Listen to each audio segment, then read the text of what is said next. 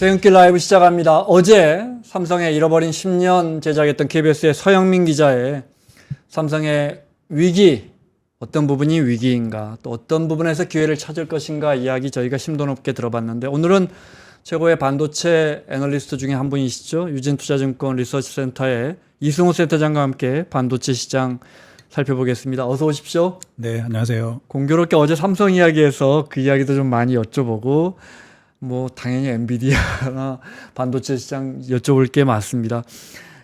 제가 잘 몰라서요. 좀 쉽게 자세히 설명해 주시면 좋겠습니다. 그 전에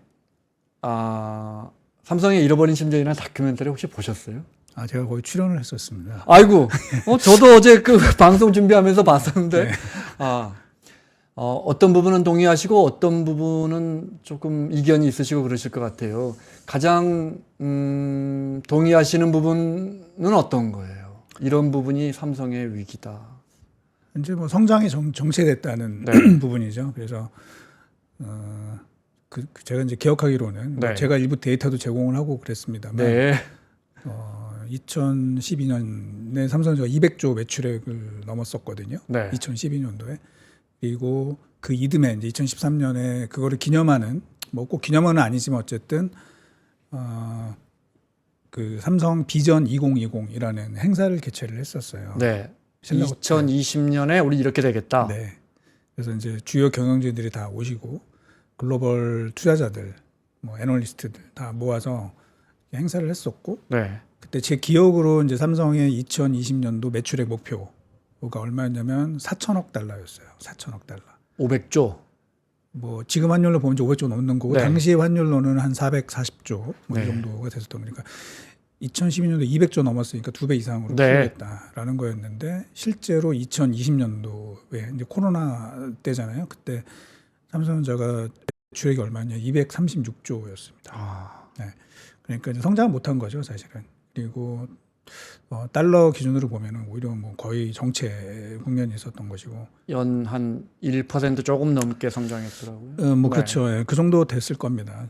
그리고 저도 이제 예전부터도 그 언급을 많이 했었는데, 그 정도 성장률이면 사실 한국 경제 성장률은 사실 그 실질 성장률이잖아요. 근데 그게 뭐 그 당시 한 3% 평균 냈다고 치는데, 네. 삼성은 명목으로 1%이기 때문에 사실은 좀 빠꾸한 거죠. 그렇죠. 그렇게 볼 수도 있다라는 거죠. 물론 이제 항변을 할 수 있어요. 이제 예를 들면 매출액이 늘지 못한 거는 그 스마트폰이 그때 2013년도에 정점을 찍었고, 네. 그 이후에 뭐 당연히 그런 세트 부분은 좀 줄어들었지만 어쨌든 반도체가 좀 올라오면서 뭐 이익은 사실 2018년도에 굉장히 많이 냈었죠. 그래서 그것 때문에 뭐 우리가 되게 잘하고 있었다고 생각을 했었고, 주가도 많이 올랐고. 그런데 사실은 기업이라는 게 어쨌든 외형 성장이 있어야 되는데, 이제 그 부분이 전혀 없었다는 게 굉장히 제 기억으로 이제 동의할 네. 만한 그런 부분이고요. 뭐 그렇습니다. 그리고 또 한 가지 이제 말씀드리자면, 제가 이제 왜 그런데도 불구하고 삼성은 상대적으로 위기의식이 좀 덜했을까라고 생각을 해보면, 2018년도에 삼성전자가 이제 반도체 슈퍼사이클이 네. 와가지고, 특히 메모리 슈퍼사이클이 와서 이익을 굉장히 많이 냈습니다. 2018년도에. 그때 이제 58.9조 원의 영업이익을 냈고, 네, 기억납니다. 예, 그 네. 당시에 삼성전자보다 이익을 많이 낸 회사는 전 세계에 한 3개 정도밖에 없었습니다. 네. 그러니까 아람코, 애플, 그리고 중국의 공상은행, 그 정도였어요. 심지어는 마이크로소프트나 구글보다 삼성이 이익을 더 많이 냈었습니다. 우리 기업들 중에 그 매출이 되는 기업이 아마 없었던가 뭐 그때 그랬던 보도를 했던 기억이 납니다. 네, 그래서 굉장히 좀 저도 뭐 이거 삼성 대단한 회사야 역시, 뭐 이익의 질이 굉장히 좋아졌어 이렇게 생각을 했었는데, 이제 그게 어떻게 보면은 메모리 슈퍼사이클 착시 효과였던 것이고, 네. 그 이후에 메모리 사이클이 이제 좀 빠지게 되면서 좀 어려움을 겪었고, 지금 와서 보니까 결국은 그 10년 동안 사실은 성장 못했던 게 이제 누적이 되면서 지금처럼 좀 부진한, 왜냐하면 뭐 아시는 것처럼 올해 들어서도요, 전 세계 반도체 주요 기업들 시가총액 순으로 뭐 그래서 탑20를 네. 쭉 나래비를 세워보면은 대부분 다 주가가 올랐습니다. 18개 회사가 주가가 올랐어요. 근데 이제 빠진 회사가 예, 인텔하고 삼성입니다. 예. 그래서 이게 좀 안타깝죠. 예. 예, 그리고 당연히 삼성전자에 투자하신 우리 주주분들은 네. 사실은 뭐 삼성전자가 우리나라를 대표하는 기업이고 뭐 그런 측면에서 또 투자하신 분들도 있는데 결과적으로는 사실 상당히 좋지 않죠. 지금 수익률 자체가. 그래서 좀 삼성전자가 예전 같은 모습을 못 보여주면서 좀 되게 여러분들이 피곤해하고 계시다. 뭐 그런 것들이 좀 안타깝습니다. 그 프로그램 출연도 하셨다고 하니까 네. 서영민 기자와 뷰가 좀 다른 뷰도 있으세요? 나는 이런 부분은 조금 이렇게 본다. 삼성의 현재와 미래에 대해서. 제가 이제 정확하게 그 제가 전체 그걸 본 건 아니기 때문에 네.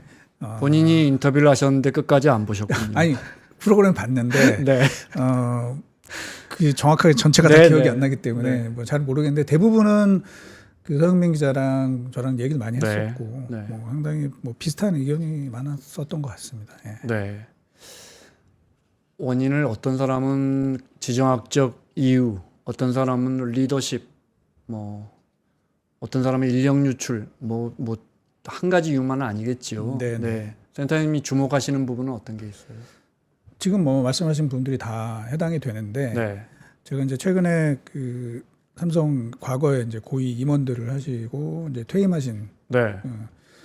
삼성 원로들이죠. 이제 그분들을 이제 몇 분을 만나서 좀 이야기를 들었는데 이런 얘기를 하시더라고요. 그러니까 삼성의 인사에 문제가 좀 있는 것 같다. 그러니까 뭐 예를 들면 네. 과거에 이건희 회장 때는 이제 그 삼성의 인사의 특징을 한마디로 말씀을 드리자면 이제 파격적인 인사였다라는 거예요. 그래서 성과 있는 곳에 보상이 있다. 이제 이런 원칙하에 성과를 낸 그런 주요 임원들은 본인들도 깜짝 놀랄 정도의 파격적인 보상 그리고 파격적인 승진이 이루어졌다는 거죠.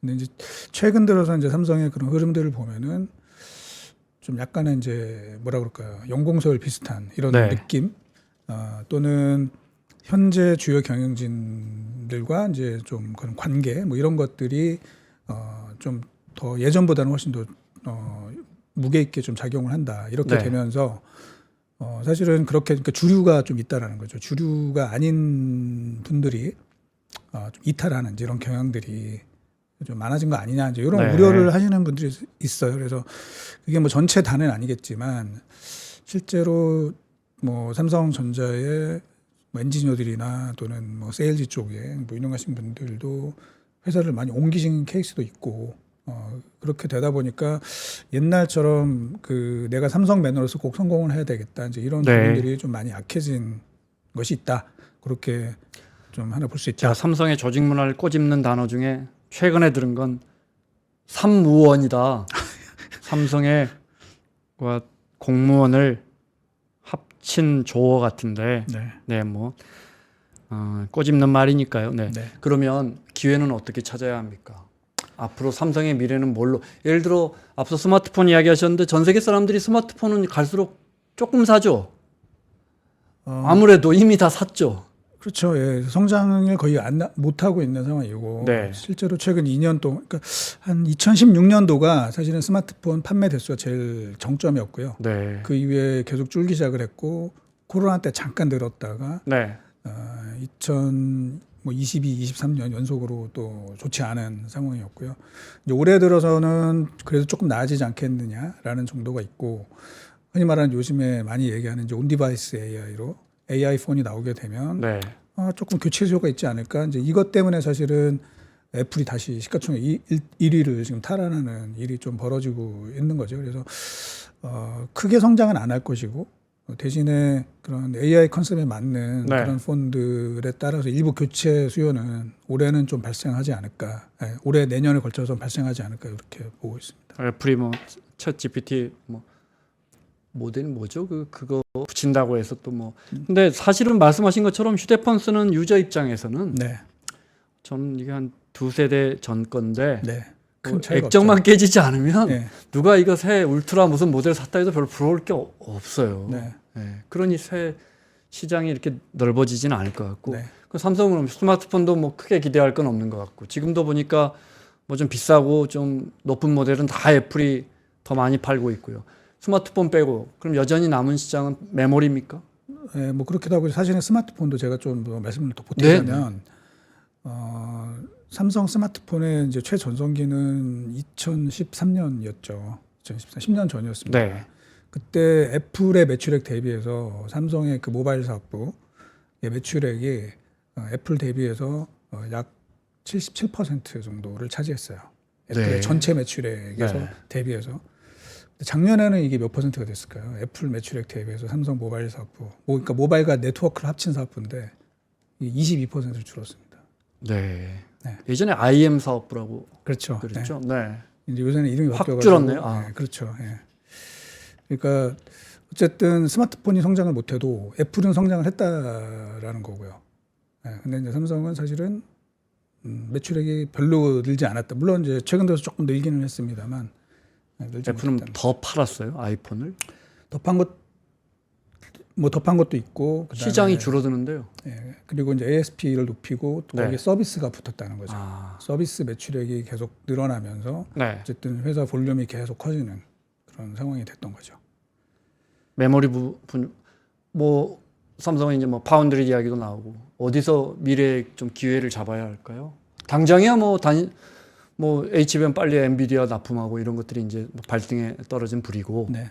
앞으로 미래 먹거리는 어디서 찾아야 한다고 보십니까? 이제 그게 뭐 어려운 상당히 질문들이네요. 어렵죠. 되게 네. 어려운데 뭐 많은 분들이 이야기를 많이 나눴었고 저도 뭐 다른 방송에서도 이야기 많이 했었는데 삼성이 왜 이렇게 정체가 됐을까? 여러 가지 이유가 있지만 사업 구조가 사실은 삼성은 여러 가지 사업들이 하나의 회사로 되어 있었잖아요. 그래서 과거에는 그게 서로 시너지를 내면서 계속 성장하는 그런 그림이었는데 네. 최근 들어서는 그 시너지보다는 오히려 이제 컨플릭트가 좀 생기는 부분들이 있다. 뭐 다들 아시는 것처럼 애플과 삼성은 원래는 좀 공조하는 부분들이 있었거든요. 네. 애플의 초기 아이폰에 들어가는 반도체를 삼성이 그랬다면서요? 예, 심지어는 설계까지 해줬어요. 처음에 설계까지 해주고 제조까지 해줬는데 그건 애플이 자체적인 반도체 경쟁력이 좀 생기면서 뭐 이제 반도체 파트너를 TSMC로 바꿨고 그러면서 이제 서로 엇갈린 길이 벌어졌고 네. 그 이면에 뭐 다들 아시는 것처럼 애플은 삼성의 경쟁자잖아요. 애플 입장에서는 삼성은 경쟁자인데 거기에 뭐 굳이 도와줄 일을 할 이유는 별로 없는 그런 상황이 되다 보니까 결국은 원래 이제 파운드리 비즈니스 같은 경우는 사실 대고객 서비스이지 않습니까? 네. 예. 그런데 그 고객과 경쟁하고 있는 회사 그 안에서 과연 이게 장기적으로 잘할 수 있을 것인가? 압도적인 기술력이 있다면 모르겠지만 웬만하면 같이 휴대전화 스마트폰 팔지 않는 TSMC 이런 데 맡기지 굳이 그럴 애플이 가능성이 와서. 높겠죠. 예, 압도적이지 않다면. 네. 그러니까 이제 삼성이 파운드리를 잘 할 수 있는 그 길은 이제 결국은 압도적인 기술력이에요. 네. 근데 그게 아니라면은 실제로 좀 아니고 지금 네. 이제 점점 오히려 더 벌어지고 있는. 왜냐하면 이제 세계 최고의 그 반도체 기업 중에 하나가 저는 애플이라고 보거든요. 애플을 반도체 기업으로 보거든요. 뭐 어느 순간에 그렇게 됐네요. 그렇죠. 왜냐하면 실제로 TSMC의 최대 고객이 네. 애플입니다.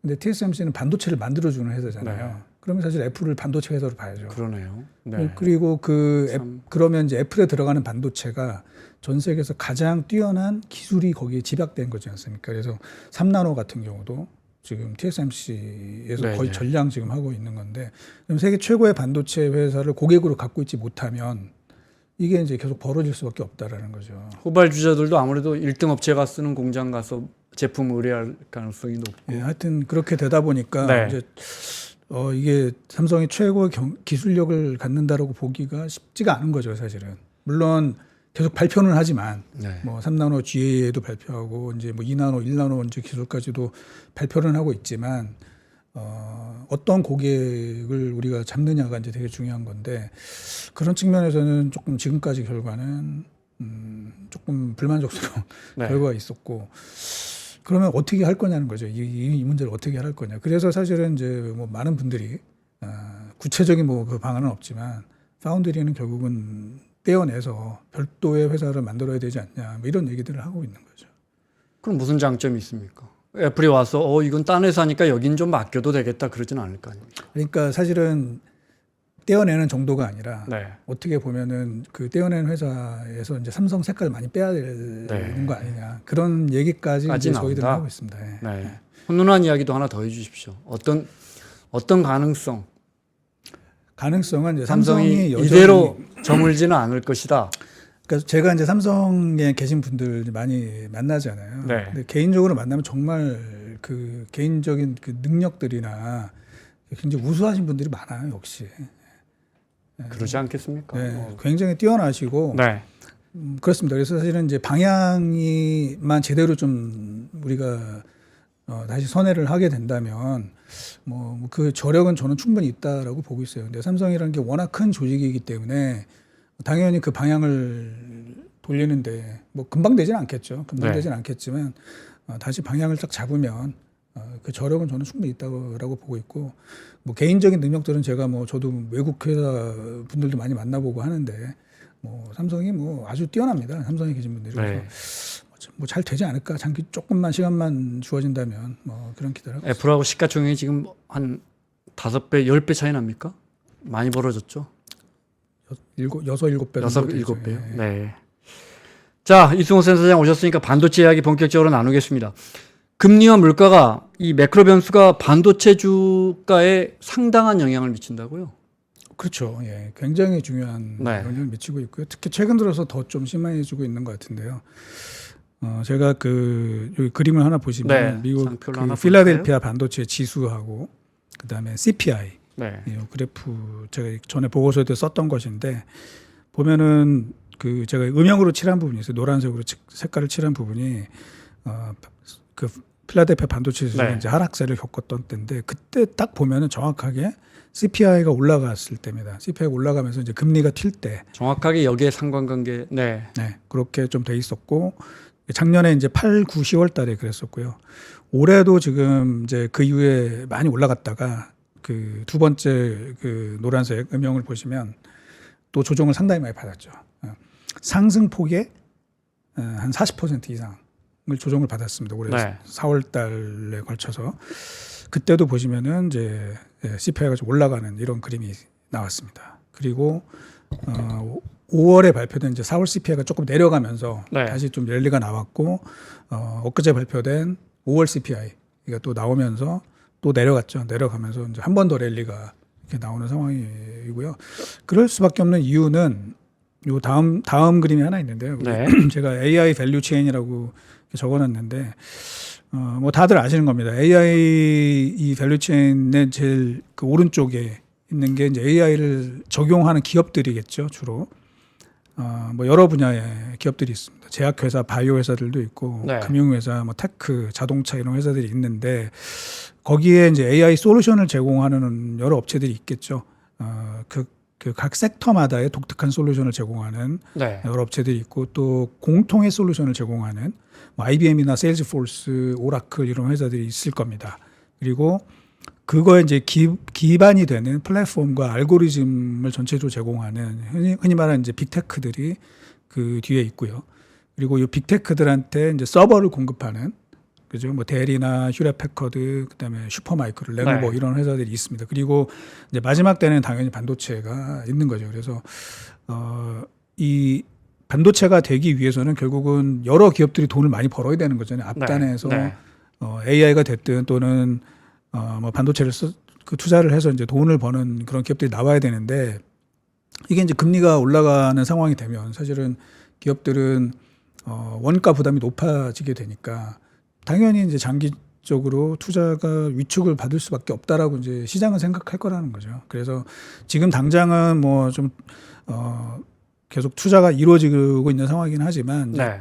그 최근 들어서 보시면 예를 들면 세일즈포스 같은 회사는 이번에 실적 발표를 했는데 오히려 매출 성장세가 조금 줄어들었어요. 그래서 주가가 20% 빠졌죠. AI 네. 밸류 체인에 있음에도 불구하고. 그러니까 AI를 통해서 고객 관리하는 그런 거예요? 그러니까 이제 다른 업체들한테 세일즈포스는 뭐 예를 들면 마케팅이라든지 세일즈 관리 네. 뭐 이런 자원들을 이제 지원해 주는 거죠. 그걸 네, AI를 네. 써서. 그런데 앞단에 있는 회사들이 뭐 만약에 금리가 올라가서 기업의 부담이 높아지게 되면 당연히 이제 그쪽 구매를 늦추겠죠. 네. 그러면은 그게 연쇄적인 파급 효과가 나와서 뭐 예를 들면 지금은 당장은 뭐 마이크로소프트나 아마존이나 구글이 돈을 워낙 막 잘 벌고 있으니 AI 당장에는 큰 문제가 없겠지만 네. 문제점이 생길 수 있다라고 생각이 돼서 그게 또 주가에 반영이 될 수 있는 거죠. 그래서 인플레이션, 금리 뭐 이거는 지금 당장 뭐 반도체 업체들한테 직접적인 영향은 좀 크진 않겠지만 네. 결국은 시장에는 이제 심리적으로 영향을 줄 수가 있는 변수이기 때문에 굉장히 중요하죠. 그래서 지금 뭐 시장도 그렇고 특히 테크 기업들, 반도체 기업들은 금리가 조금 안정화되는 이게 이제 너무나 중요한 상황일 것 같습니다. 예. 그러니까 AI 제품이나 서비스를 많이 써야 근본적으로 저 중간에 있는 기업들 또 빅테크 기업들 기본적으로 AI 반도체나 뭐 그걸 제공하는 뭐 엔비디아나 이 모든 기업들이 이제 같이 이제 매출이 늘어날 텐데 그렇죠. 그러니까 예를 들어 테슬라의 주가가 그 주가가 급등할 때 보면 제 기억에는 뭐 제가 주식은 잘 모르지만 눈에 띄게 전기차가 이렇게 시장이 확 늘었단 말이에요. 네, 네. 근데 지금 엔비디아가 뭐 시총 전 세계 시총의 2위가 된다 뭐 어쩐다 이러고 있는데 네. 저 하단의 소비자들이나 그걸 이용하는 기업들은 그만큼 정말 프레셔가 생기는 거죠. 네, 네. 그만큼 매출이 이루어지고 있느냐 앞서 네. 말씀하신 그런 기업들은 오히려 매출이 적거나 뭐 줄어들거나 네. 근데 그것은 결국은 물가나 금리나 경기에 연동할 수밖에 없다 이 말씀이시죠. 그렇습니다. 뭐 그건 당연한 것이고요. 그래서 그런 부분이 있고 네, 그리고 이제 또 하나 모르겠어요. 이제 지금 말씀을 좀 드리면 최근에 아까 세일즈포스 말씀을 드렸고 네. 또 최근에 보면은 델 같은 경우도 네. 좀 서버를 공급을 하는데 어떤 얘기를 했냐면 이제 원가 부담이 크다. 이래서 우리의 내년도 마진이 좀 줄어들 수 있다. 매출은 늘지만 네, 그러면 이제 원가가 뭐겠습니까? 이 서버의 원가는 당연히 반도체죠. 반도체가 올라가는 것들 뭐 이런 네. 것들이 부담이 될 수 있다라는 거죠. 우리 좀 덜 살게 내년에는 근데 그런 얘기는 안 했지만 네. 그런 얘기는 안 했지만 이제 시장은 만약에 여기서 금리가 올라가서 걔네들이 그 기업 금리라는 것은 기업의 입장에서는 비용이잖아요. 네. 그러니까 비용이 증가하는 상황이면 뭐 투자가 조금 생각보다 줄어들 수 있는 거 아니야? 이제 이런 우려들을 생각하기 때문에 당연히 이제 금리가 낮아지는 것을 선호할 수밖에 없는 거죠. 네, 거기에 영향을 받는다. 네. 네. 그러니까 저도 사실은 얼마 전에 읽은 칼럼에서 센터장님하고 비슷한 얘기가 왔는데 거기에 어떤 표현이 있었냐면, 그러니까 서부 개척 시대에 금강 쫓아가는데 팔리는 건 금강은 못 찾고 팔리는 건 마차하고 청바지만 팔리더라. 그러니까 AI가 정말 무서운 속도로 기술이 발전하고 있고 AI 반도체를 설계하고 만드는 기업들 이런 기업들의 성장세는 정말 뭐 타의 추정을 불허하고 있는데 네. 과연 저 하단의 AI 제품과 서비스는 과연 소비자들에게 그렇게 빠른 속도로 들어오고 있느냐 이 부분은 어떻게 보십니까? 이제 그게 이제 앞에 앞으로 말이 너무 마차를 빨리 끌고 가는 거 아니에요? 그러니까 이제 지금은 사실은 직접적으로 AI 반도체를 주로 사주는 업체들이 네. 당연히 마이크로소프트, 뭐 구글, 메타 이런 회사들일 거잖아요. 지금은 이 회사들의 상황이 너무너무 좋아요. 돈도 굉장히 많이 벌었기 그러니까요. 때문에 네. 여기서 우리가 뒤처지면 안 돼라는 생각들을 서로 하고 있는 거죠. 인공지능 개발에 있어서 뒤처지면 안 되고 하니까 당연히 굉장히 높은 가격을 주고라도 엔비디아 칩을 구하기 위해서 서로 경쟁을 하는 거죠. 그러니까 뭐 당장 뭐 관련된 투자는 계속 될 거라고 보고 있는데 네. 이제 거기서 예를 들면 이제 한두 업체가 조금 뒤처지기 시작을 한다 이렇게 되면은 글쎄요 이제 뭔가 좀 둔화되는 조짐들이 나올 수도 있겠죠. 근데 뭐 아직은 그런 조짐은 없다. 근데 그리고 또 하나는 이런 서비스 빅테크들이 제공하는 서비스를 이용하는 여러 기업들 거기서 뭔가 성과가 나와야지 이게 계속 지속 가능한 네, 거잖아요. 근데 과연 이제 그런 데가 충분히 있느냐? 예를 들어 이제 뭐 스마트폰이나 이런 데서 딱 그 AI 딱 올려가지고 스마트폰 시장이 뭐 한 20%씩 커진다거나요. 네. 그렇죠. 네. 네. 그러고 났는데 막상 사람들이 이제 처음에는 재미있고 호기심이 있고 이제 썼는데 그래서 이제 과연 그게 회사의 그 레버뉴 창출로 이어지느냐, 네. 이익의 증가로 이어지느냐 이제 그거를 평가를 하겠죠. 근데 그게 되면은 이제 계속 성장을 하는 거고 그게 생각만큼 크지가 않다 그러면 예를 들면 투자가 좀 둔화될 가능성도 네. 저희가 배제할 수는 없는 거죠. 네. 주식은 잘 모르지만 이제 20여 년 넘게 경제부 기자 하면서 보면 뜨거운 건 피해라 투자할 때 이거 뭐 상식 아닙니까? 그런데 20여 년 전에 뭐 www 웹 나왔을 때 뭐 야후 같은 네. 공교롭게 거기 만든 사람도 대만 사람이더군요. 근데 뭐 시스코 이제 가장 많이 예. 비교하죠. 네, 네. 그것도 있고 뭐 테슬라만 해도 정말 종교처럼 믿었지만 네. 뭐 앞으로 또 뭐 많은 부가가치를 만들겠지만 사실 지금 성장세는 불과 몇 년 전에 비교하고는 많이 네. 낮아졌고요. 네. 그런 면에서 엔비디아는 어떻게 보십니까? 엔비디아는 뭐 AI 지금은 기술은요? 네. 지금은 뭐 타의 추종을 불허하는 그런 회사고 네. 일부에서 이제 이보다 더 뜨거울 수는 없지만요. 그렇죠.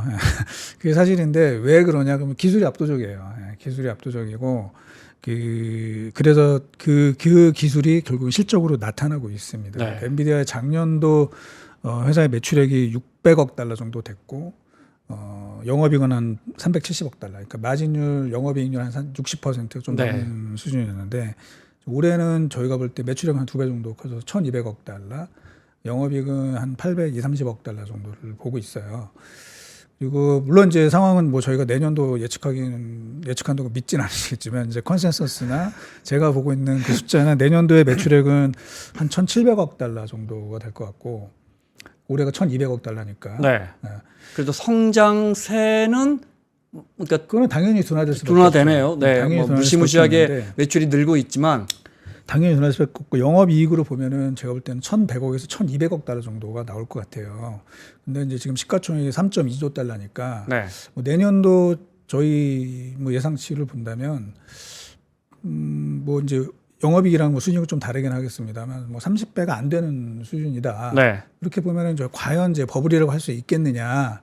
왜냐하면 이제 시장 P 대비해서 그렇게 높은 게 아니거든요. 네. 근데 이제 좀 전에 말씀해 주신 시스코 같은 경우는 조금 달랐죠. 거기는 실제로 당시에 그 IT 버블 꺼지기 전까지 주가가 오른 폭도 엔비디아보다 훨씬 많았고, 그리고 제가 이제 기억하는 게 주가가 한 20배 정도 올랐는데 네. 이익 증가는 사실 한 3배 정도 됐었어요. 그러니까 밸류에이션이 굉장히 높아진 거죠. 근데 사실 엔비디아는 주가 상승폭보다 이익 증가폭이 더 큽니다. 그러니까 오히려 사실은 몇 년 전에 비해서 엔비디아의 밸류에이션은 오히려 더 떨어졌습니다. 네. 그러니까 뭐 1대1로 비교하기가 저는 쉽지 않다고 보고 있고 네. 시스코는 사실은 그 2000년도 대비해서 2001년도에 영업이익이 얼마가 줄었냐면 이제 IT 버블이 터지면서 이익이 2000년도 이익 대비해서 99.5%가 감소합니다. 그러니까 이제 사실은 거긴 주가가 빠질 만한 이유가 있었죠. 네. 주가가 85% 결국 장사를 못했군요. 네, 엔비디아의 장사는 그때는 정말 심한 버블이었던 거죠. IT가 버블이었고 네. 실제로 제가 또 하나 말씀을 드리면은 전 세계 그 GDP 합계 데이터가 있어요.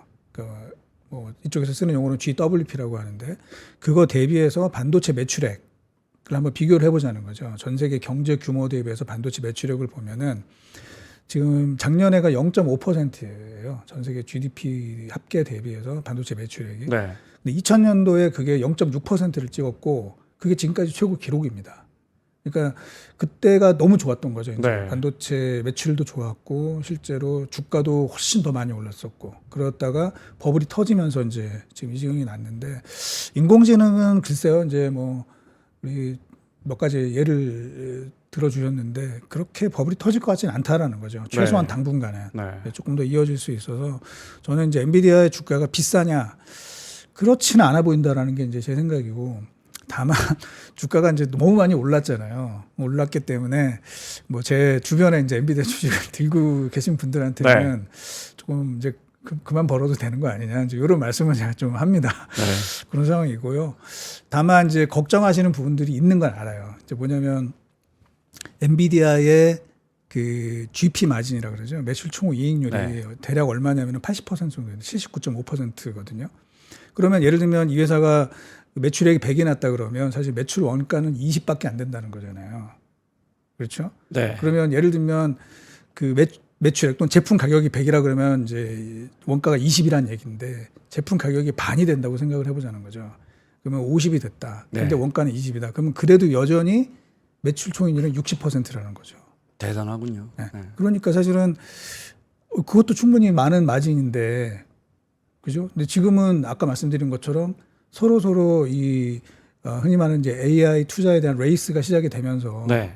뭐 가격 불문하고 현재 이제 이거 사 모으는 건데 그게 조금 둔화되면은 가격이 떨어질 수 있죠. 그렇게 되면은 엔비디아가 지금 시장에서 생각하는 것보다 뭐 당장은 아니겠지만 네. 뭐 예를 들면 한 5년 뒤에 조금 오히려 매출이 우리 그림이랑 달라질 수 있겠죠. 이제 그렇게 되면 이제 주가가 어떻게 될지 모르는 어려운 상황이죠. 일이죠. 그걸 예측하는 건. 근데 이제 죄송합니다.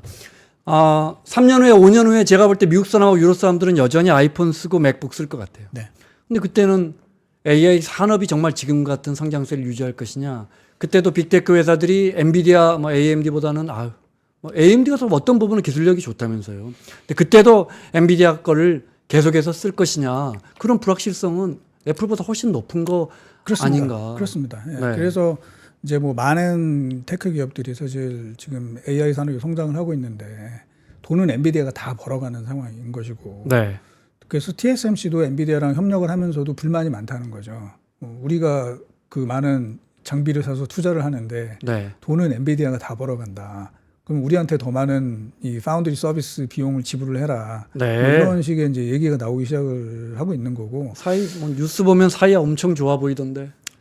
그렇죠. 왜냐하면 이제 제일 중요한 고객이니까. 하지만 네. 내부적으로는 이거 흔히 말해서 뭐 제주는 곰이 부리고 돈은 약사가 번다. 뭐 이런 느낌이 좀 네. 있는 것이고요. 또 하나는 그러다 보니까 이제 예를 들어 빅테크들도 지금은 대안이 없기 때문에 엔비디아 칩을 굉장히 비싼 돈을 주고 사고 있는데 뭔가 대안이 나오면은 얘기가 바뀌어지는 거죠. 그러니까요. 그 대안이 뭐냐 네. 하는 건데 뭐 예를 들면 이제 그런 얘기 많이 합니다. AMD도 그렇고 또는 국내외의 여러 그 AI 칩을 만드는 스타트업들이 뭐 상당히 그런 얘기를 많이 해요. 우리 칩의 성능이 엔비디아에 뒤지지 않는다. 네. 또는 어떤 부분에서는 앞선다. 그런 얘기를 하거든요. 근데 그럼에도 불구하고 엔비디아랑 AMD의 이 격차는 더 벌어지고 있습니다. 다음 그림을 한번 잠깐 보시면은 네. 요게 그 초록색이 엔비디아, 그다음에 하늘색이 AMD, 그리고 빨간색 인텔인데 이 회사들의 데이터 센터 부문의 매출액입니다. 보시면은 AMD가 우리가 성능이 더 좋은 칩도 있어 이렇게 얘기를 하지만 격차는 보시는 것처럼 더 벌어지고 있습니다. 네. 실제로 그 이번 분기에 엔비디아의 매출액 성장률은 전년 동기 대비해서 262%가 나왔거든요. 그런데 AMD는 엔비디아 경쟁자라고 하는 AMD는 매출액 성장률이 2%밖에 안 나왔어요. 그러니까 이게 뭐 더 벌어지고 있는 상황이고 그거는 이제 엔비디아에 몰려 있는 건데 그 차이가 뭐냐?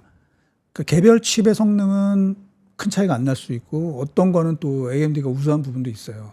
근데 엔비디아가 항상 얘기하는 거는 결국은 그 칩들을 수만 개 연결을 했을 때 거기에서 성능 차이가 난다는 겁니다. 네. 그러니까 엔비디아 젠슨왕이 최근에 얘기를 한 것도 우리는 데이터 센터 전체를 하나의 컴퓨터로 본다는 거죠. 그래서 컴퓨터 성능에서 차이가 나는 거고 그러면 그게 뭐가 차이가 있느냐 하는 건데 결국은 초고속 네트워킹 기술입니다.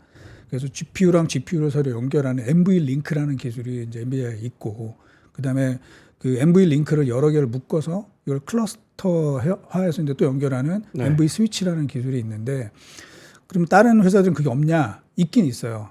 있긴 있는데 거기서 차이가 딱 납니다. 예를 들면 AMD 칩보다 엔비디아가 한 20%의 그 NVLink 성능이 더 우수하고 그다음에 이 클러스터링 기술에 있어서도 지금 브로드컴이나 마벨이라는 회사가 있는데 거기에 비해서 역시 약 10% 이상 엔비디아가 우수합니다. 근데 이제 그 차이가 결국은 지금과 같은 성과 차이로 나타나는 거고요. 네. 이게 제가 볼 때는 그게 있는 이상은 엔비디아가 계속 주도를 할 거고 만일에 그 다른 편에서 그 엔비디아 성능에 거의 필적하거나 넘어서는 뭐 새로운 기술 개발이 된다. 이러면 이제 판도가 바뀔 가능성도 있습니다. 네. 지금 매출 차이가 한 10배 나나요? 10배 납니다. 10배 예. 나죠? 예. 그런 이유로. 그래도 만약에 3년 후, 5년 후에 엔비디아의 아성을 또는 그 시장을 위협하는 또는 무너뜨릴 기업이 있다면 뭐 여러 가지 외생 변수가 있지만 머스크는 그 전기 이야기 맨날 하잖아요. 네. 전기 너무 써서 저거 안 될 거라고. 뭐 여러 가지 외생 변수가 있지만 지금 이제 엔비디아의 아성을 가장 위협하는 요소는 어떤 겁니까? 좀 전에 제가 말씀드린 그 네. 네트워킹 기술이고요. 네. 또 하나는 그 네트워킹 기술이 예를 들면 브로드컴이 제기하는 그 공급하고 있는 그런 기술들이 이제 걔네들은 이제 데이터 센터 전체적으로 파는 거잖아요. 그러면 뭐 예를 들면 칩을 설계하는 기술은 지금 뭐 마이크로소프트도 자체적으로 하고 있고 아마존도 하고 있는데 문제는 그 아까 말씀드린 MV 링크랑 MV 스위치 때문에 지금 전면적으로 못 하고 있는데 네. 그거를 예를 들면 브로드컴이나 마벨이 제공해 줄 수 있다 그러면 바뀔 수 있죠. 예. 그러면 헤게모니가 좀 넘어갈 가능성이 있습니다. 네. 차세대 제품들 계속 내놓고 있어요. 블랙웰도 있고, 네. 루빈까지. 일단 기술적으로 좀 설명을 해주시면요. 어떤 차이가 있습니까? 뭐 쉽게 얘기하면 이제 뭐 속도가 더 빨라지는 거죠. 네. 기본적으로. 그리고 그 제가 이제 한 이것도 표가 있나? 네. 네. 다음 페이지 이 표를 잠깐 보시면 엔비디아의 GPU 라인업이 있는데 지금 이제 우리가 많이 얘기하는 게 이제 하퍼 라인이라고 하는 H100, 네. H200까지가 이제 HBM3, 3를 일부 쓰고 있는데요. 그 이후에 뭐 중간에 러블레이스라고 하고 약간 가벼운 모델이 한번 나왔었고 그다음에 블랙웰, 그다음에 루빈 이렇게 진행이 되는 건데 사실은 이 루빈이 사실은 출시가 되는 시점이 2026년이에요. 근데 지금 벌써 이걸 냈단 말이죠. 네. 그 얘기는 뭐냐면 엔비디아가 계속 주도권을 우리가 쥐고 가겠다라는 거죠. 그래서 고객들한테 우리가 이러한 그 기술들을 현재 준비하고 있고 이거를 계속 순차적으로 낼 테니 그러니까 지금까지는 사실 2년에 한 번씩 아키텍처를 업그레이드해서 제품을 냈었는데 이 블랙웰부터는 이제 매년 내겠다라고 얘기를 하면서 이제 결국은 계속 우리가 주도권을 쥐고 가겠다라는 이제 강력한 의지가 될 수 있고요. 거기 블랙웰의 제품들 잠깐 보시면 지금 하퍼 그러니까 예를 들면 H100 같은 경우는 HBM의 용량이 80기가짜리가 들어간 거잖아요. 네. 그리고 그 블랙웰 제품 같은 경우는 이제 이게 HBM 용량이 192기가로 대폭 늘어나죠. 그리고 뭐 B200 그다음에 그 블랙웰 울트라 같은 경우는 288기가로 이제 계속 늘어납니다. 네. 사실은 이거는 국내 반도체한테는 너무나 희소식이죠. 예. 그리고 이 엔비디아 말고 다른 쪽에서 만약에 엔비디아 필적할 수 있는 그런 기술들이 나오게 된다면 이제 서로 이게 굉장히 중요하거든요. 네. 이거를 사야 되는 거고 뭐 이런 차원에서 보면 저는 국내 기업들이 상당히 지금 전망이 좋다. 네. 그렇게 좀 이제 생각을 할 수 있을 앞으로 것 같습니다. 만들고 납품해야 할 제품들이 많다. 네. 블랙웰과 루빈 같은 경우에 뭐 간단히 이렇게 여쭤볼까요? 삼성, 하이닉스, 마이크론 저 두 개 앞으로 미래 모델에 대해서 기술력이나 네. 어떻게 보십니까? 뭐 미래 기술은 잘 모르겠고요. 근데 그 루빈의 가장 큰 차이는 이제 HBM4가 탑재가 된다는 거죠. 그래서 HBM4는 이게 원래 그 계획했던 것보다 좀 1년 먼저 지금 좀 나오게 되는 거라서 뭐 삼성도 그렇고 SK 하이닉스도 그렇고 그거에 대비해서 더 지금 연구 개발을 가동을 더 세게 하고 있고요. 거기에서 이제 뭐 진정한 또 승부가 한번 펼쳐지지 않을까라고 생각을 합니다. 지금 현재는 뭐 전혀 기술력 예측되는 게 없습니까? 왜냐하면 이제 HBM4로 가게 되면은 사실은 좀 많이 바뀌어요. HBM3 버전에 비해서 흔히 말하는 이제 TSV 이 폭도 지금 1024개를 쓰고 있는데 그 2배로 늘어납니다.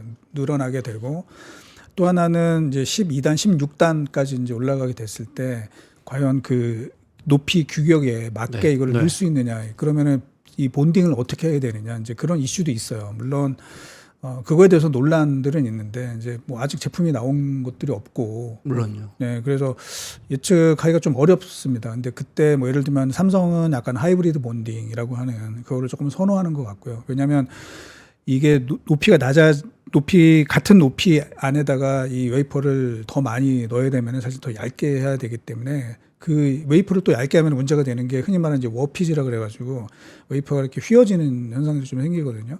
그렇기 때문에 그 웨이퍼 두께는 그대로 하면서 이 범프 높이라 그러죠. 이제 그걸 아예 제거한 하이브리드 본딩을 가게 되는 게 안정적이다라고 삼성은 생각하고 있는 것 같고 SK 하이닉스 같은 경우에는 뭐 기존에 머프 자기네가 이제 많이 얘기하고 있는 머프 기술로 그대로 갈 것 같다. 뭐 이런 정도 얘기가 있습니다. 그래서 그거를 사실은 뭐가 나올지는 잘 모르겠어요. 분명히 하이브리드가 좋은 거는 맞지만 네. 그 자체가 또 워낙 어려운 기술이기 때문에 뭐 누가 먼저 더 주도권을 쥘지 그거에 대해서는 예측하기는 어렵다. 다만 현재 수준에서는 네. 당연히 뭐 다들 아시는 것처럼 SK 하이닉스요? 하이닉스가 네. 압도적인 넘버 그게 원이다. 기술적으로 지금 말씀하신 것처럼 제조 기법 자체가 다르기 때문에 사실 초기의 HBM 모델은 삼성도 제법 납품을 했다면서요. 네. HBM3에서 이제 문제가 생긴 거잖아요. 그러면 그 다음 세대 모델은 또 전혀 다른 출발점에서 시작하는 겁니까? 아니면 하이닉스처럼 HBM3에서 기술력을 앞선 곳이 인센티브를 지고 가는 겁니까? 그게 이제 상당히 좀 말씀드리기가 그 난해한 부분이 있는데 네. 제가 제 생각을 그냥 말씀을 드릴게요. 네. 이게 꼭 맞는다는 건 아닌데 하이닉스가 잘하는 걸 알겠어요. 예. 뭐 계속 연구 개발을 많이 해왔고 이제 삼성은 이제 중간에 조금 드롭이 있었잖아요. 그래서 조금 못하는 것도 알겠어요. 그리고 이제 이걸 곧 잘할 거다라는 거 뭐 저희가 시장에서도 다 알고 있고 투자자들도 알고 계십니다. 그런데 이제 저희가 고민이 되는 건 그거예요. 마이크론입니다.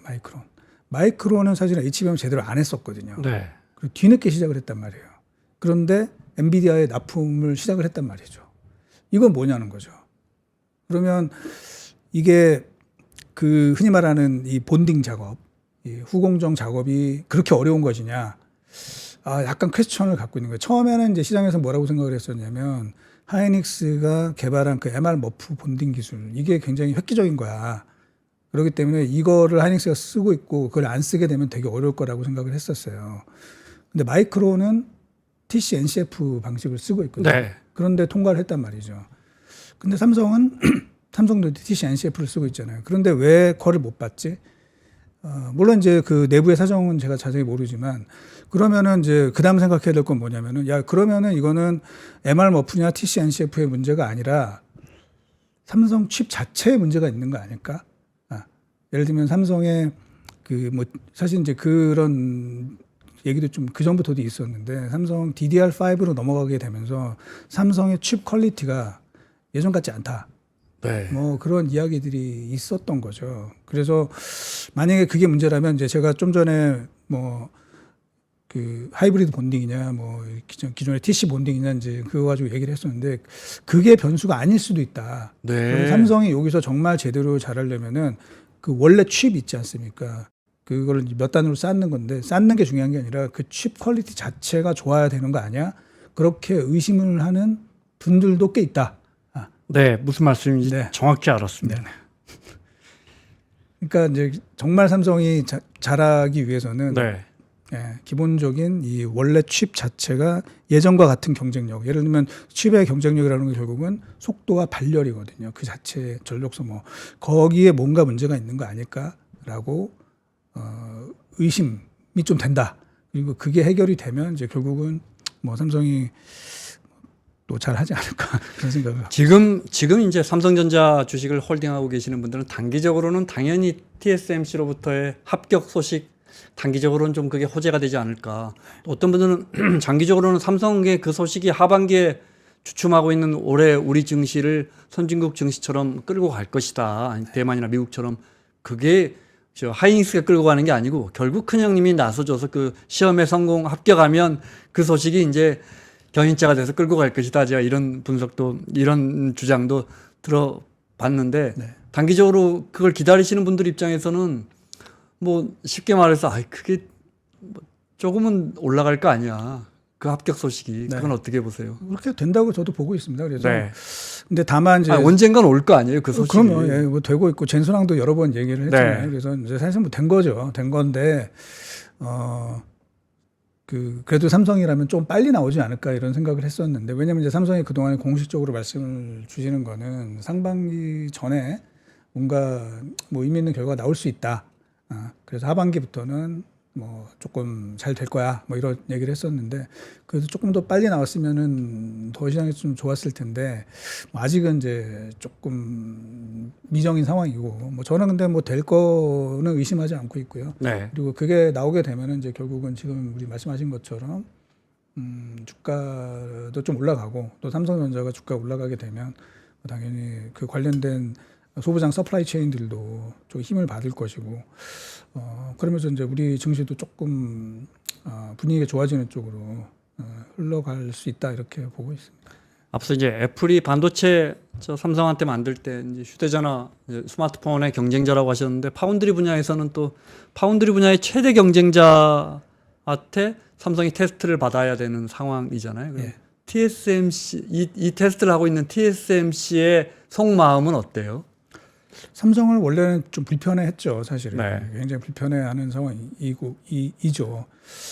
근데 이제 지금은 글쎄요, 뭐 예전만큼은 아닐 것 같아요. 왜냐하면 이제 제가 그것도 몇 번 이제 말씀을 드린 적이 있는데 2012년도에 TSMC 매출액 대비 삼성의 비메모리 사업부 매출액이 약 88% 정도를 차지했었어요. 네. 근데 지금은 어떻게 됐느냐? TSMC 대비 삼성 비메모리 사업부 매출액이 26%입니다. 참 모든 수치가 정말 많이 초격차가 됐는데요. 그래서 제가 최근에 보고서 썼던 거니까 제가 말씀을 드리면 최근에 삼성전자 보고서 제목이 초격차가 아니라 추격자가 된 삼성. 네. 추격자가 됐다. 네. 네. 빨리 추격을 해야 된다는 거죠. 그래서 그러니까 추격자의 마음이라는 거는 결국은 제일 잘하는 업체를 좀 벤치마킹을 해서 그렇죠. 거기를 일단 근접해 나가는 게 네. 더 중요하지 않을까 이제 그런 생각도 좀 갖고 있습니다. TSMC는 하지만 여전히 아까 제가 말씀드린 것처럼 삼성의 인력들이 워낙 뛰어나거든요. 그렇기 때문에 굉장히 경계를 하고 있죠. 예. 그런 측면에서 삼성을 좀 불편하게 하고 싶은 거죠. 네. 그래서 사실은 뭐 저희가 볼 때는 어떻게 마이크론이 통과를 했는데 삼성이 안 되냐 뭐 이런 것들을 보면 조금 더 저희 추측이긴 하지만 좀 까다롭게 보는 거 아니냐 뭐 이런 생각들을 좀 갖고 있습니다. 네. AI 반도체 쪽 계속 살펴봤고요. 하반기 이제 곧 하반기 돌아옵니다. 하반기 반도체 시장에서는 뭘 좀 눈여겨 지켜봐야 합니까? 제일 중요한 거는 이제 삼성의 또 합격 소식. 그게 제일 네. 중요할 것 같고요. 네.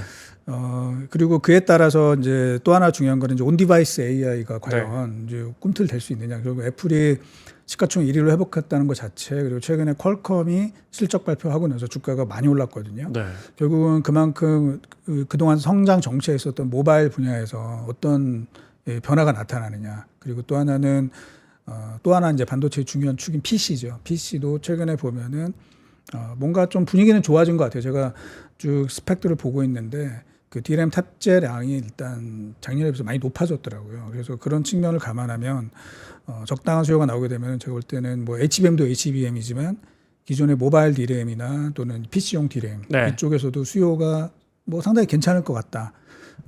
그런 와중에 뭐 다들 아시겠지만 삼성 하이닉스는 그리고 마이크론까지 전부 다 HBM 투자에 상당히 집중을 하고 있기 때문에 기존 제품 가격도 상당히 많이 올라갈 수가 있다. 그리고 그런 추세가 뭐 당장 우리가 반도체라는 게 거의 100% 풀가동을 하고 있기 때문에 그걸 단기간에 만회하기 어렵다 그러면 네. 그런 추세가 내년도까지 이어질 수 있다라고 보고 있고요. 그러면 올해 하반기도 좋고 내년도 뭐 최소한 상반기까지는 이 기업들의 이익이 계속 좀 올라가는 그 기회가 날 것 같아서 네. 저는 뭐 내심 상당히 좀 기대를 하고 있습니다. 한국 반도체 또 많은 분들의 컨센서스가 올해보다는 내년이 더 나을 것이다죠, 반도체 시장. 예, 그렇게 보고 있습니다. 그래서 근데 상대적으로 보면 뭐 하이닉스가 지금 시가총액 160조까지 올라가긴 네. 했습니다만 그 미국의 다른 기업들, 뭐 엔비디아도 그렇고 브로드컴도 그렇고 그런 회사들에 비해서는 제가 볼 때는 많이 못 올랐고 특히 마이크론과 하이닉스를 비교를 해도 우리 입장에서는 굉장히 조금 억울합니다. 왜냐하면 마이크론보다 하이닉스가 매출액이 한 1.5배 정도 되거든요. 그리고 마진율도 더 높습니다. 그런데 시가총액은 한 30% 이상 낮아요. 네. 그러면 그거 좀 완화해야 되지 않느냐. 그러면 하이닉스 뭐 좀 더 올라도 되는 거 아니야? 이제 이런 생각을 갖고 있고 만약에 삼성도 뭐 전체적으로 사실 조금 침체되어 있기는 하지만 이 HBM이라는 일종의 그 막힌 혈이 좀 뚫린다 그러면 조금 뭐 많이 올라가도 되지 않을까 이런 생각을 해서 그 30% 가격 차는 지정학적인 리스크 같은 것도 좀 미국 그런 기업에 대한 부분도, 인센티브 같은 것도 숨어 있겠죠. 예, 그런 부분도 있는데 원래 이제 예전부터도 보면 그 가격 차가 좀 있는데 네. 지금은 그 마이크론 대비해서 하이닉스의 상대적인 시가총액이 좀 거의 하단 그 박스권의 가장 하단 쪽에 있다라고 보시면 되고 네. 하지만 하이닉스의 현재 그 실적이라든지 기술이라든지 이런 것들은 훨씬 더 좀 격차가 벌어졌거든요. 그래서 저희 입장에서는 뭐 그런 걸 감안해도 조금 억울한 부분이 있다. 한국 반도체는. 네. 하이닉스는 조금 더 간다. 뭐 저는 뭐 하이닉스도 그렇고 삼성도 그렇고 네. 좀 많이 올라도 되지 않나 이런 생각을 갖고 있습니다. 네. 삼성이 좀 잘 풀려야죠, 우리 경제가. 네. 그 미국 대선하고는 어떻게 봐야 합니까? 그러니까 이제 반도체 산업이 사실은 이제 큰 패러다임의 변화가 생긴 거잖아요. 원래 반도체 산업은 당연히 경제적인 이슈로 이제 작용을 했었고, 분업 뭐 이런 체계가 만들어졌었는데 결국은 거기에 정치라는 변수가 들어오게 되면서 효율보다는 흔히 말하는 이제 뭐 서버렌티라고 얘기하는 이제 주권이 어떻게 되느냐, 네, 네. 이념이 어떻게 되느냐, 그리고 분업이 아니라 이제 내부적으로 통합되는 이런 식으로 가게 되다 보니까 우리 입장에서는 이제 뭐 제가 뭐라고 표현하는 게 좋을 것 같냐면 이제 좀 굉장히 불편한 상황이 됐다. 뭐 이렇게 되는 거죠. 사실은 우리나라가 기본적으로 자유무역 시스템의 가장 수혜 국가라고 볼 수 있는 거잖아요. 근데 이제 그게 갈라지는 상황에서 특히 반도체는 미국 땅에다가 이제 반도체를 짓는 데 네. 집중하겠다 이렇게 되면서 굉장히 불편한 상황이 됐다. 그리고 그게 뭐 예를 들면 바이든이 됐든 트럼프가 됐든 정도의 차이만 있을 뿐이지 그 흐름은 바뀌지는 않을 거거든요. 그러니까 우리로서는 어쨌든 뭐 이래저래 조금 쉽지 않은 그런 기존보다는 좀 불편한 그런 국면으로 좀 가고 있다. 그리고 그런 상황에서 미국에 딱 붙어 있는 이제 일본이 좀 수혜를 많이 본 거죠. 그래서 일본의 주가도 많이 올랐고 특히 반도체 기업들 주가가 네. 이제 많이 올라가는 그런 부분들이 있어서 하여튼 우리로서는 조금 불편한 상황이긴 하다. 그렇게 볼 수 있습니다. 그 말씀대로라면 뭐 지금 바이든도 사실은 트럼프 대통령이 하던 그런 뭐 리쇼어링이라든지 공급망 재편이라든지 반중국 규제라든지 이런 네. 게 거의 크게 다르지 않기 때문에 그렇죠. 그 말씀은 누가 돼도 뭐 큰 상관은 없다.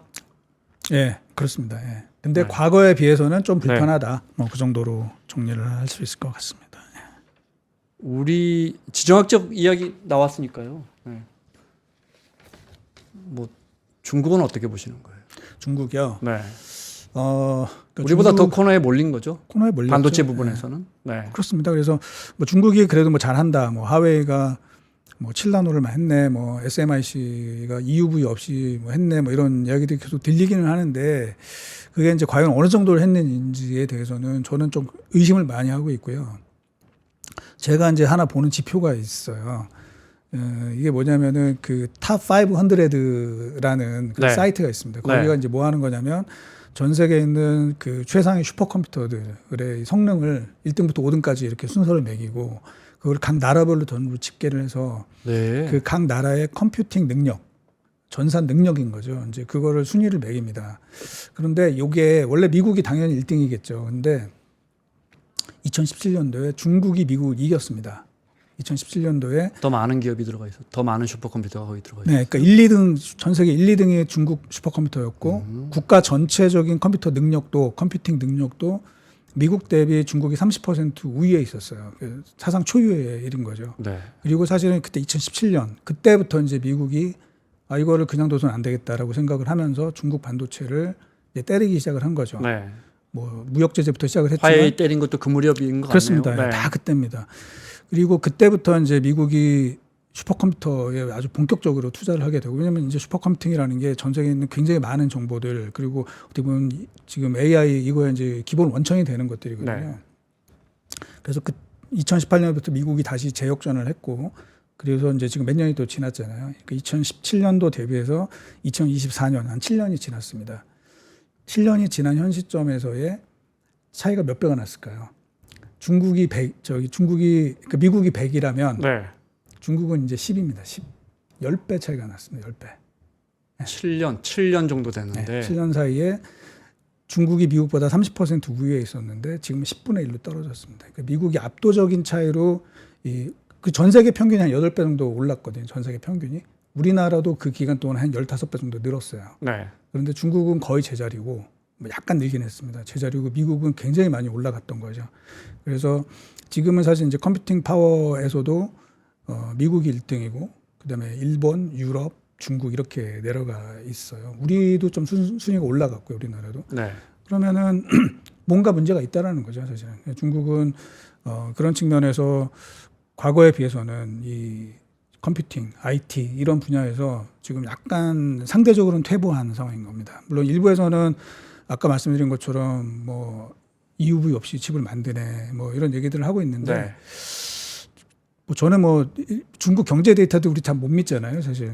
그래서 그거 잘 못 믿겠고 그 이 국가 컴퓨팅 역량 이게 사실은 어떻게 보면 이제 기술의 기반 기술이 되는 거라고 보고 있어서 좀 데미지가 상당히 있을 거라고 보고 있어요. 중국이 그런 컴퓨터나 IT 역량이나 그 산업 전체에서 그런 것들이 자꾸 밀린다면 우리는 거기 뭐 저 부품도 수출해야 되고 반도체도 수출해야 되고 완제품도 수출해야 되는데 그러니까 사실은 이제 그런 측면에서는 참 이런 게 어렵죠. 그러니까 네. 그래서 우리로서는 불편한 거죠.